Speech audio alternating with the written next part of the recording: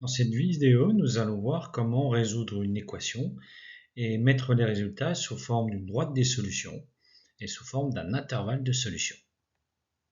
Regardons tout de suite sur un exemple. Prenons une équation qui se lit x strictement inférieur à 3.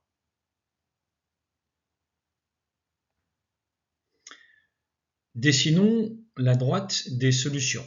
À chaque fois, quand on voudra résoudre une équation et la mettre sous forme d'un intervalle, sur la droite des solutions, on va déjà tracer la droite des solutions, mettre entre guillemets les extrémités moins l'infini plus l'infini, avec les crochets qui sont toujours orientés dans le sens là, pour moins l'infini et plus l'infini, et on place le 0 approximativement au milieu.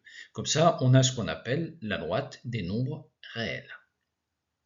Ensuite, nous allons positionner le 3, puisque c'est x strictement inférieur à 3, donc le 3 on le positionne après le 0. Ensuite, comme c'est inférieur, on veut toutes les valeurs qui sont plus petites que 3. Donc, sur la droite des solutions, toutes les valeurs qui se trouvent à gauche de 3. Donc, les solutions sont ici. Et donc, de l'autre côté, ce sont ce qu'on va appeler les non-solutions. Tout ce qui est plus grand que 3 n'est pas solution. Donc, ce qu'on fait, c'est qu'on barre cette partie de la droite qui n'est pas solution. Ensuite, il reste le problème du 3. Est-ce qu'il fait partie des solutions ou il fait partie des non-solutions? Là, c'est strictement inférieur. Il n'y a pas d'égalité. Donc 3 ne fait pas partie des solutions parce que le x, il est strictement plus petit. Donc ce qu'on va faire, on va mettre en 3 des crochets qui vont aller du côté des non-solutions, puisque 3 fait partie des non-solutions. Donc on a complété cette droite des solutions. Et donc l'intervalle, on a juste à terminer et à compléter. L'ensemble des solutions, on le note grand S comme solution. Et on lie les solutions de la gauche vers la droite en commençant par mettre le moins l'infini. On met un point virgule et ensuite le 3. Donc l'ensemble des solutions, c'est moins l'infini, 3. Regardons un deuxième exemple.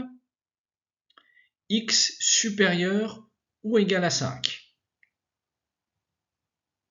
On va faire la même chose, la droite des solutions, le moins l'infini, le plus l'infini, le 0. On démarre toujours comme ça. Ensuite, on positionne le 5.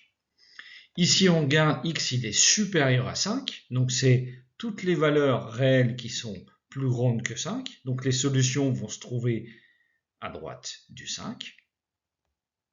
Et donc, les non-solutions à gauche. Je barre toutes les non-solutions. Ensuite, le x il peut être égal à 5. Donc, 5 fait partie des solutions.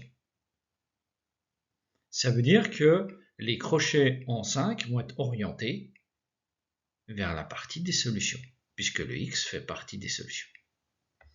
Donc, l'ensemble des solutions, grand S, on prend le 5,